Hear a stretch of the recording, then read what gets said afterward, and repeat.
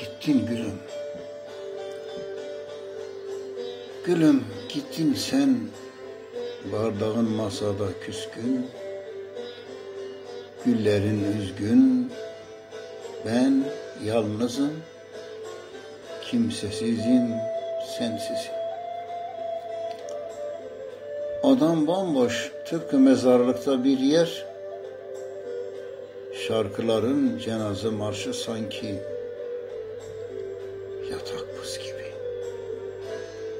Odadaki eşyalar düşman gibi bakıyorlar. Hani o yaşamdı ve gitti gülüm, sen hala yaşıyorsun dercesine.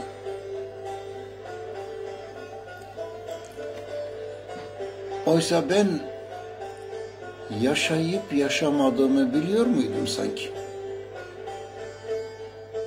Sensiz saniyeler yılları arartıyordu adeta.